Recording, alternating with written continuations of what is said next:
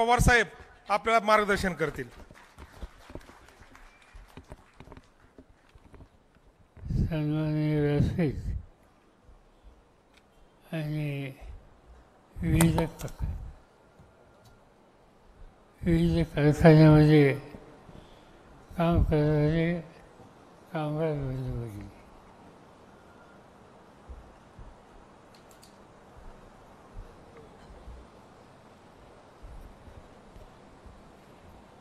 असा हा मेळावा देशामध्ये निवडणुकीचा कार्यक्रम जाहीर झाला आणि त्या संदर्भात आपण काय भूमिका घ्यावी यासाठी आहे. लोकशाही या देशाची महत्त्वाची विचारधारा आहे. बाबासाहेब आंबेडकरांनी या देशाला घटना दिली आणि त्या घटनेनं सामान्य माणसाचे अधिकार हे स्पष्ट झाले.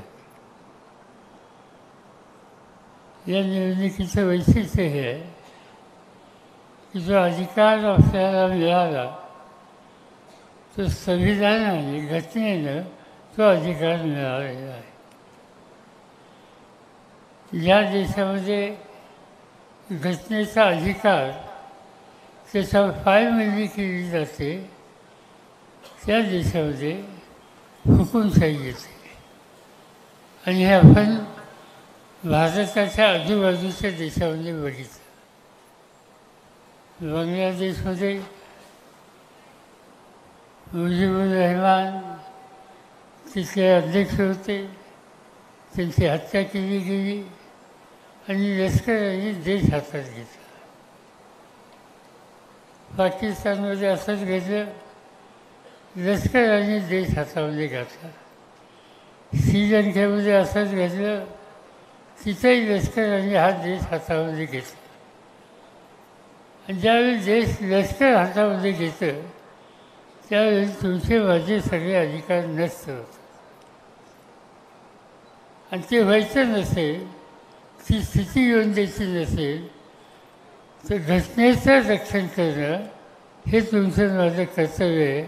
सुदैवानं डॉक्टर बाबासाहेबांनी घटनेनं हा आपल्याला अधिकार दिलेला आहे. या निवडणुकीमध्ये आम्ही अधिक लक्ष घातलं त्याचं कारण गेले 10 वर्ष पार्लमेंटमध्ये तुम्हा लोकांच्या वतीनं आम्ही काम करतो आणि तिथं आता मोदींचं राज्य आहे. मोदी यांचं पार्लमेंटवर किती लक्ष आहे, किती विश्वास आहे हे सांगितलं तर तुम्हाला आश्चर्य वाटेल. पार्लमेंटच्या पहिल्या दिवशी मोदींचा फोटो तुम्ही पाहिला असेल. पार्लमेंटमध्ये जाताना त्याच्या दारामध्ये त्यांनी साष्टांग दंडवत घातला आणि सन्मान मी करतो हे देशाला दाखवलं. आत्ताच पार्लमेंटचं सेशन संपलं. ते सेशन 1 महिन्याचं होतं आणि त्या 1 महिन्याच्या 7 महिन्यामध्ये पंतप्रधान आमच्या सभागृहात किती आले, किती वेळासाठी आली तर आपल्याला आश्चर्य वाटेल. शनिवार रविवार सुट्टी असते ते सोडा, पण बाकीच्या 30 दिवसाचे जे दिवस होते त्या दिवसापैकी 1 दिवस पंतप्रधान सभागृहात आले आणि काही मिनिटासाठी बोलले आणि निघून गेले. याचा अर्थ हा आहे की ही जी संसदीय लोकशाही आहे त्याच्यावर त्यांचा कितपत विश्वास आहे हे त्यांनी दाखवलं. आणि माझ्यासारख्याला काळजी ही वाटते. एक भाजपचे खासदार आहेत, ते आहेत कर्नाटकाचे, त्यांचं आडनाव आहे हेगडे. आणि त्यांनी भाषण करताना सांगितलं की हे मत तुम्ही आम्हाला द्या आणि त्याचं कारण हे मत तुम्ही आम्हाला दिलं आणि सत्ता आमच्या हातात आली तर मोदींना या देशाची घटना बदलायची. म्हणजे त्यांच्या मनात काय आहे हे त्या निमित्तानं फसतं. या देशाची घटना जो तुमचा अधिकार आहे तीच आम्ही बदलणार आणि त्यासाठी तुम्ही आम्हाला मत द्या ही भूमिका घेणार. याचा अर्थ लोकशाही संकटाची येते, याची स्पष्टता आत्ता दिसते आणि म्हणून या निवडणुकीकडे भारताने पाहिलं पाहिजे. बारामती आणि हा मतदारसंघ इथं तुम्ही लोकांनी अनेकदा आम्हाला लोकांना संधी दिली, शक्ती दिली. लोकांच्यासाठी सत्ता वापरायची असते तो प्रयत्न केला. आता तुम्ही MIDCचा उल्लेख या ठिकाणी केला. काय होतं इथं? शैक्षणिक संस्था नव्हत्या, कॉलेज नव्हतं. मला आठवतं आहे की 1958 साली मी 11वी पास झालो इथल्या MVS हायस्कूलमधलं आणि कॉलेजला शिकायचं होतं. बारामतीत कॉलेज नव्हतं. मला पुण्याच्या कॉमर्स कॉलेजमध्ये जावं लागलं. इथं कॉलेज नव्हतं. आज काय चित्र दिसतंय? एक तर विद्याप्रतिष्ठानमध्ये 35,000 मुलं मुली शिकतात. शारदा नगरमध्ये 8,000 मुली आणि मुलं शिकतात. मालेगाव कॉलेजमध्ये अशीच हजारो मुलं मुली शिकतात. सोमेश्वरमध्ये अशीच हजारो मुलं मुली शिकतात. आणि बारामती हे पुण्याच्या नंतर शैक्षणिक केंद्र बनलं आणि चांगल्या प्रकारचं केंद्र बनलं. विद्याप्रतिष्ठान कधी आपण देणगी घेतो का तिथं? काही ठिकाणी शैक्षणिक संस्था म्हणजे धंदा झाला आहे. तो धंदा इथे आपण येऊन दिला नाही आणि चित्र बदललं.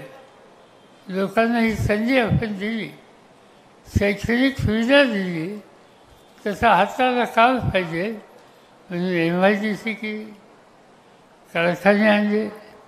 शक्यतो माझा प्रयत्न हा होता की ते कारखाने कसले आणायचे, ते धुराले हवामध्ये पर्यावरणामध्ये काही नुकसान होईल असे शक्यतो कारखाने येऊन द्यायचे नाही. मग येऊन द्यायचे काय? शेती आणि शेतीमाल याच्यावर प्रक्रिया करणारे हे कारखाने आणायचे.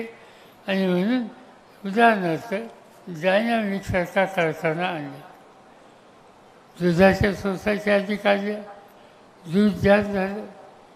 याच्या आधी मी पुण्याला दूध पाठवत होतो, पण पुण्याला मर्यादा यायला लागल्या. मग त्या दुधावर प्रक्रिया करण्यासाठी काय करता येईल त्यासाठी डायनामिक्स काढली. दुधाची पावडर तयार करायला लागलं. पुढं पावडर कशाना, पावडरचं काय करायचं हा प्रश्न आला. मग चॉकलेट तयार करणारी फेरोसारखी कंपनी आहे, त्या पावडरपासून चॉकलेट केले.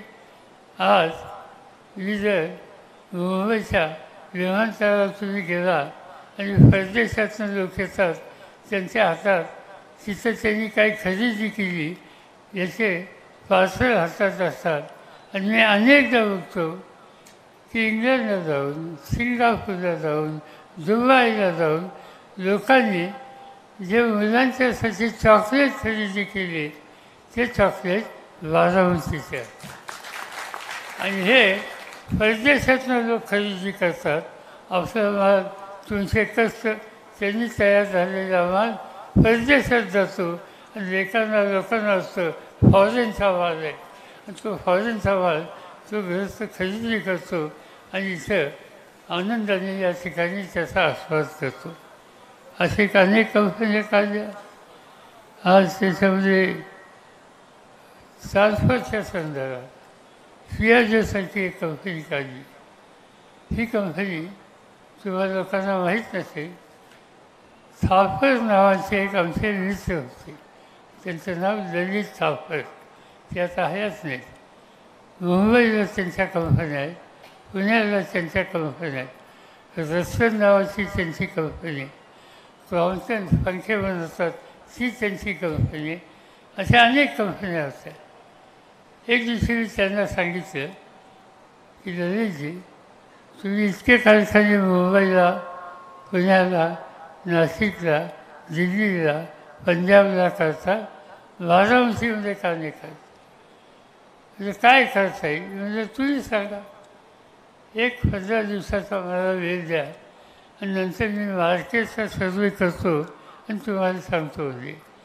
15 दिवसांनी मला त्यांनी सांगितलं की पुण्यामध्ये बजाजमध्ये ऑटो रिक्षा होते, दुसरं कुणीच बनवत नाही. मी ऑटो रिक्षा बनवायचा कारखाना बारामतीमध्ये काढलं तर चालेल का? म्हणजे या कारण तुम्हाला जमीन देतो, काम करणारे कष्टकरी कामगार देतो. त्यांनी निर्णय घेतला. आज तुम्हाला माहीत असेल सियाजीचे रोज कमीत कमी 50 ते 60 ट्रक काश्मीरपासून केरळपर्यंत रोज जातात तुमच्या त्या ठिकाणी आणि हजारो लोकांना काम त्या ठिकाणी मिळेल. अशा अनेक कंपन्या आपण आज त्या ठिकाणी काढल्या. मी नेहमी सांगत असतो आपला सगळा भाग कमी पावसाचा आहे, दुष्काळी आहे. आणि दुष्काळी असल्यामुळं शेती जिथं पाणी आहे तिथं शेती आहे. इंग्रजांनी धरण बांधलं भाजगरच्या काळात आणि निरा डावा निरा उजवा कालवा झाला, त्यामुळे काही भागात पाणी येतं. तिथं ऊस होतं, बागायत शेती होती. पण जिल्ह्यात भागात काय, जिल्ह्यात भागात पाऊस नाही पडला की दुष्काळी कामं करा. ज्याच्या घरात 40 नाही 50 एकर जमीन आहे तो सुद्धा दुष्काळ पडल्यावर बायकोसह रोजगार हल्लीच्या कामावर जातो. हे चित्र या ठिकाणी होतं. आणि हे चित्र बदलायचं असेल तर तिथं रोजगार वाढला पाहिजे. रोजगार कसा वाढता येईल? कारखानदारी वाढली पाहिजे. ती कारखानदारी फक्त वादावरती करून चालणार. पुणे जिल्हा मी पुढे ठेवला. पुण्यातून निघालो बारामतीला यायला. पहिल्यांदा काय लागतं? जेजूर. तिथं कारखाने काढले. त्याच्या आधी सासवडला काढले. जेजूरवरून बारामतीला आलो. इथं MIDC काढली. तिकडून पाचसोली या निघालो तर तिथं एक उद्योग इंडस्ट्री काढली. काय त्याचं कुरकुर इंडस्ट्री काढली. त्याच्या पुढं इंदापूरला काढली. इंदापूरच्या पलीकडसुद्धा आता काढली. आणि पुण्यातनं सातारकडे जायला निघालो. पुणे जिल्ह्याची हद्द निराजली ओलांडली की शिरवळ एकेकाचं दुष्काळी ठिकाण. आज त्या ठिकाणी सुद्धा कारखाने काढले आणि अक्षरशः हजारो लोकांना आज काम मिळायला लागलं. त्याचा परिणाम घरामध्ये बदल झाला. आज मी हा घराचा बदल बघतो. आज 56 वर्षापूर्वी मी विधानसभेला उभा राहिलो बारामतीचा आमदारकीसाठी. आणि त्यावेळेला अनेक गावामध्ये आम्ही गेलो तर लोक स्वागत करायचे. बसायला कीर्तन टाकायचे. त्यावेळेला खुर्ची नव्हती. कीर्तन माहिती ना होतं लाजताना तो खाली असायचा बसायला. आणि चहा द्यायची. ते चहा कशातनं द्यायचे? पितळीचं. गरम पाणी त्याच्यात गुळाचा खरा आणि ते पितळी यायची. पितळींचा मी स्वतः फिरलो बारामतीमध्ये निवडणुकीच्यासाठी फिरत असताना. नंतर निवडून दिलं. काही ना काहीतरी काम सुरू केलं. कारखानदारी वाजवायला सुरुवात केली. सुधारणा झाली. पुढच्या 5 वर्षात पुन्हा निवडणुकीला उभं राहिलो तर त्या ठिकाणी चहा देताना पितळी केली. कप सुचले कान चुचलेला कप आला. तर कप असा असायचा आहे की त्याचा कान चुचलेला असायचा. त्याच्यानंतर आणखीन तिसऱ्यांदा निवडून आलो. मंत्री झालो, मुख्यमंत्री झालो. इथं अनेक गोष्टी केल्या. आणि नंतर घरामध्ये कोणाच्याही गेलो तर कव्वाची यायला लागली. ती जी मुलगी आमची सून असेल मुलगी असेल ती चेमधून कव्वाची आणून चहा द्यायला लागली. एखाद दिवशी खुर्ची घरात बसायला लागली आणि आज जर गेलं तर त्याच्याही पुढे सुधारणा झाली.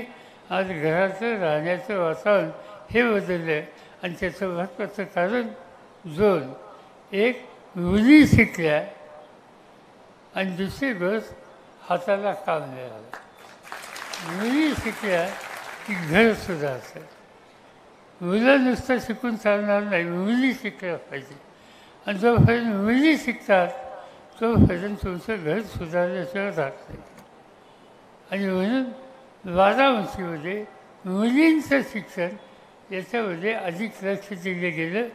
तुम्ही बघता आज शारदानगरला किंवा कुठं हजारो मुली या ठिकाणी शिकतात.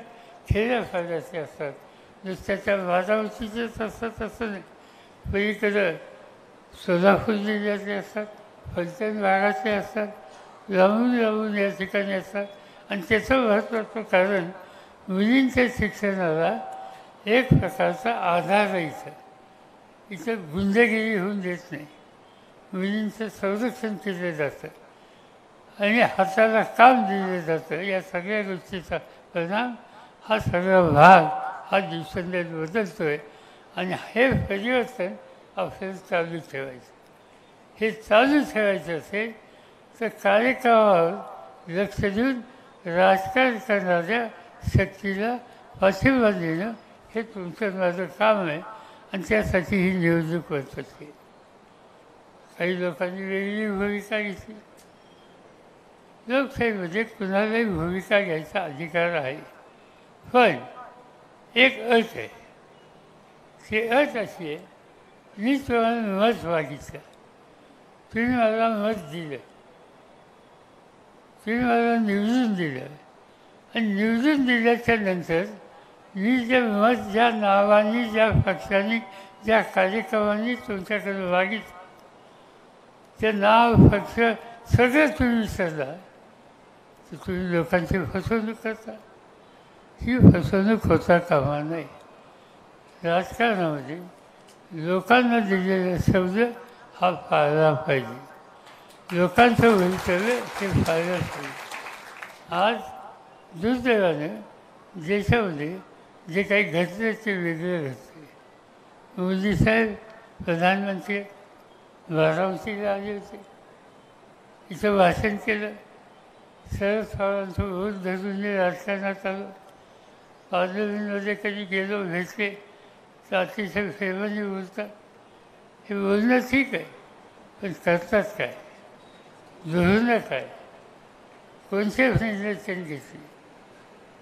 सत्ता ही लोकांच्या भल्यासाठी वापरायची असते. आज सत्ता ही हुकुमशाहीच्या रस्त्याला आपण जातो त्या पद्धतीनं वापरली जाते. तुम्हाला झारखंड नावाचं राज्य माहिती आहे का? झारखंड नावाचं राज्य आदिवासींचं राज्य. मोदींच्या विरुद्ध भूमिका घेतली, तिथल्या मुख्यमंत्र्याला तुरुंगात टाकलं. राज्याचा मुख्यमंत्री तुरुंगात आहे. दिल्ली देशाची राजधानी, केजरीवाल नावाचा सामान्य कुटुंबातला तरुण तिथं मुख्यमंत्री झाला. राज्य चांगलं चालवलं.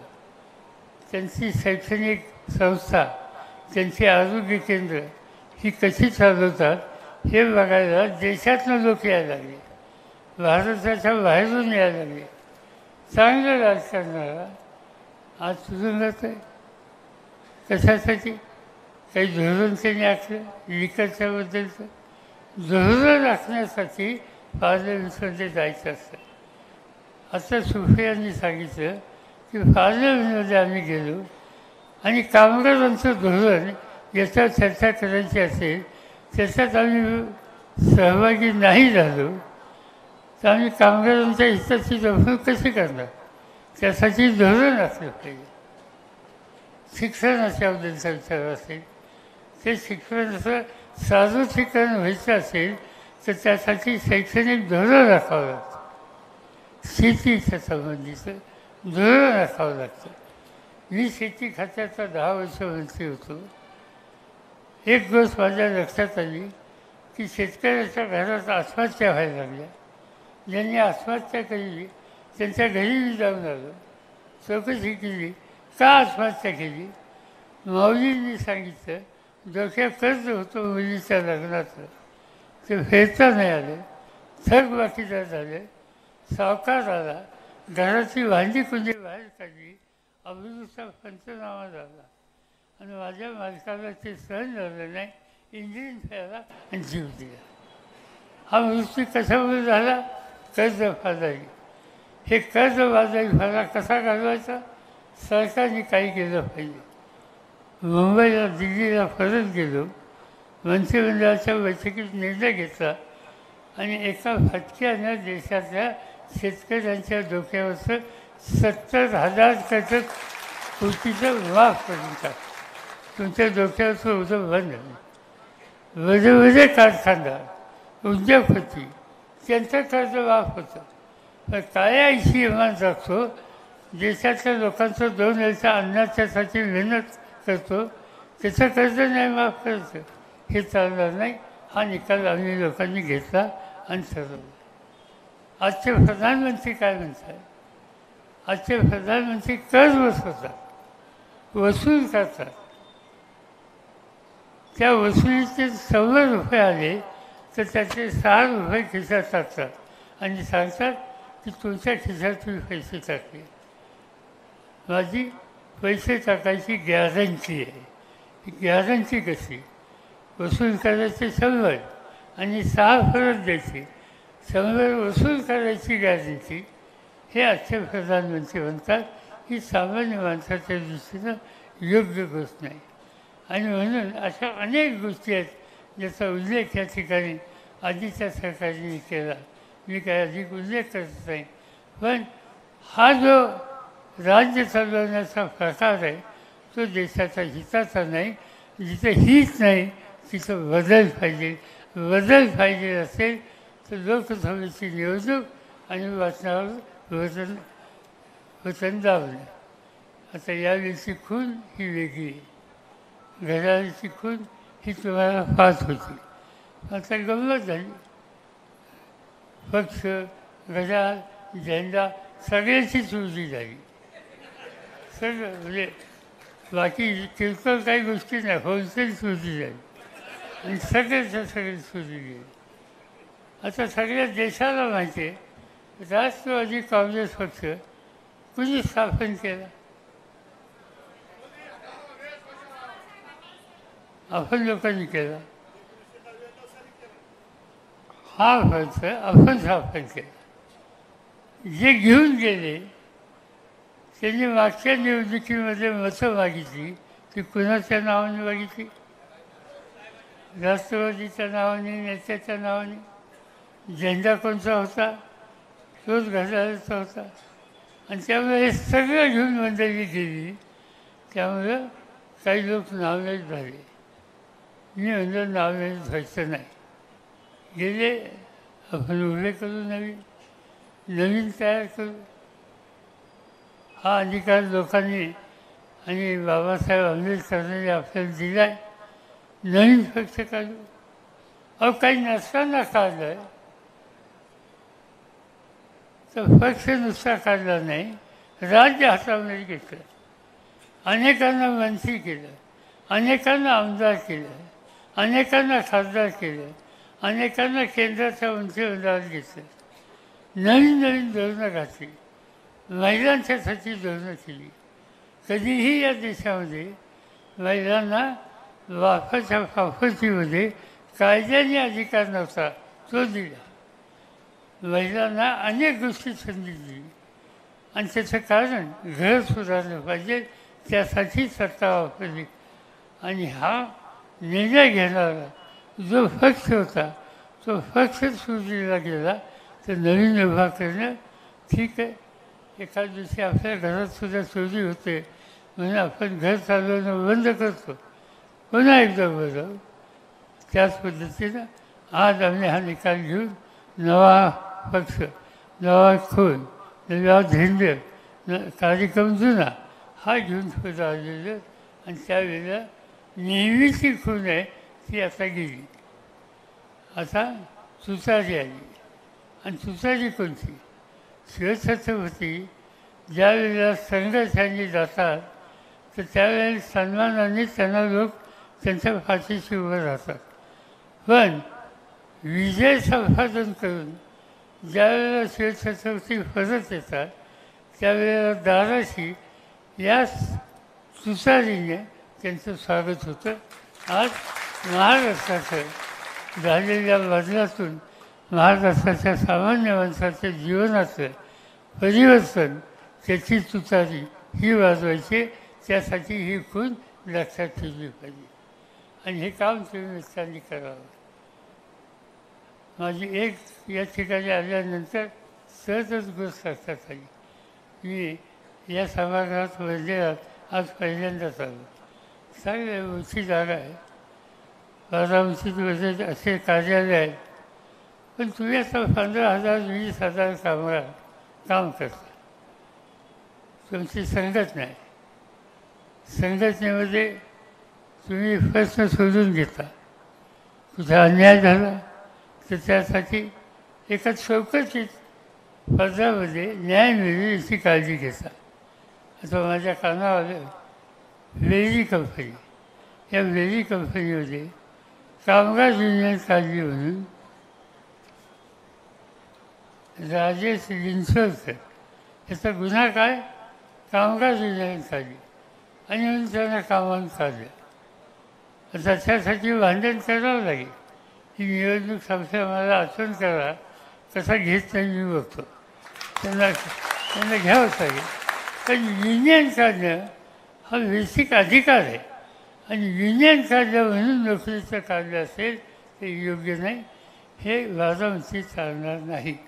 बारामतीमध्ये कामगारांचं तुमचं वैशिष्ट्य आहे.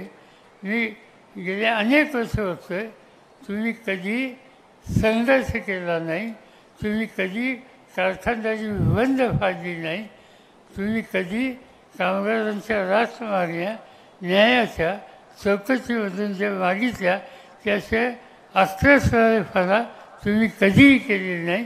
आणि ही भूमिका तुम्ही घेत असेल तर न्याय मागायचा तुमचा अधिकार आहे.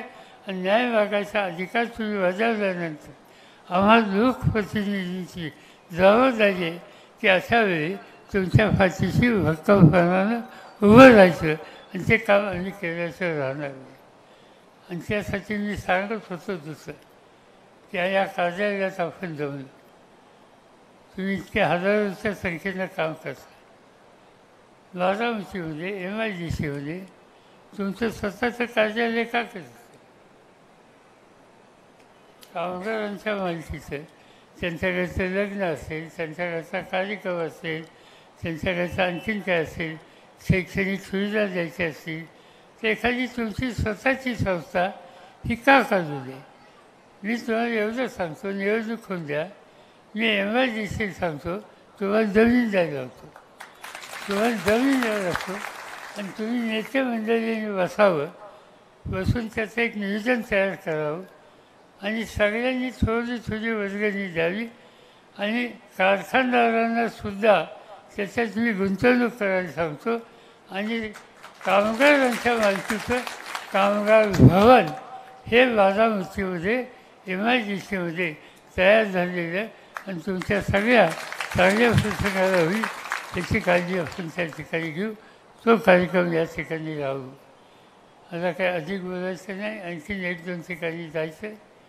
ही निवडणूक अत्यंत महत्त्वाची निवडणूक आहे आणि माझी खात्री आहे की या प्रचंड संख्येनं तुम्ही या ठिकाणी उपस्थित राहिला. तुकाराम चौधरी आणि त्यांचे सगळे सहकारी सतत मला सांगत होते की काही वेळासाठी ते आपण भेटूया. मला आनंद आहे की आज 2 तासासाठी भेटता आलं. अनेक तुमच्या सहकाऱ्यांचं भाषण ऐकायला लागले. काही प्रश्न आहेत ते प्रश्न समजले. आपण आपली एकजूट ही कायम ठेवली आणि इथून पुढच्या काळामध्ये सुद्धा आपल्या एकीच्या जोरावर, संघटनेच्या जोरावर, कष्टाच्या जोरावर आणि ही उभी केलेली कारखानदारी त्याच्या जोरावर आपल्या सगळ्यांचे संसार हे कसे बदलतील याची काळजी घेऊ आणि ते निश्चित तुम्ही घ्याल हीच खबरदारी या ठिकाणी व्यक्त करतो. माझे 2 शब्द संपतो.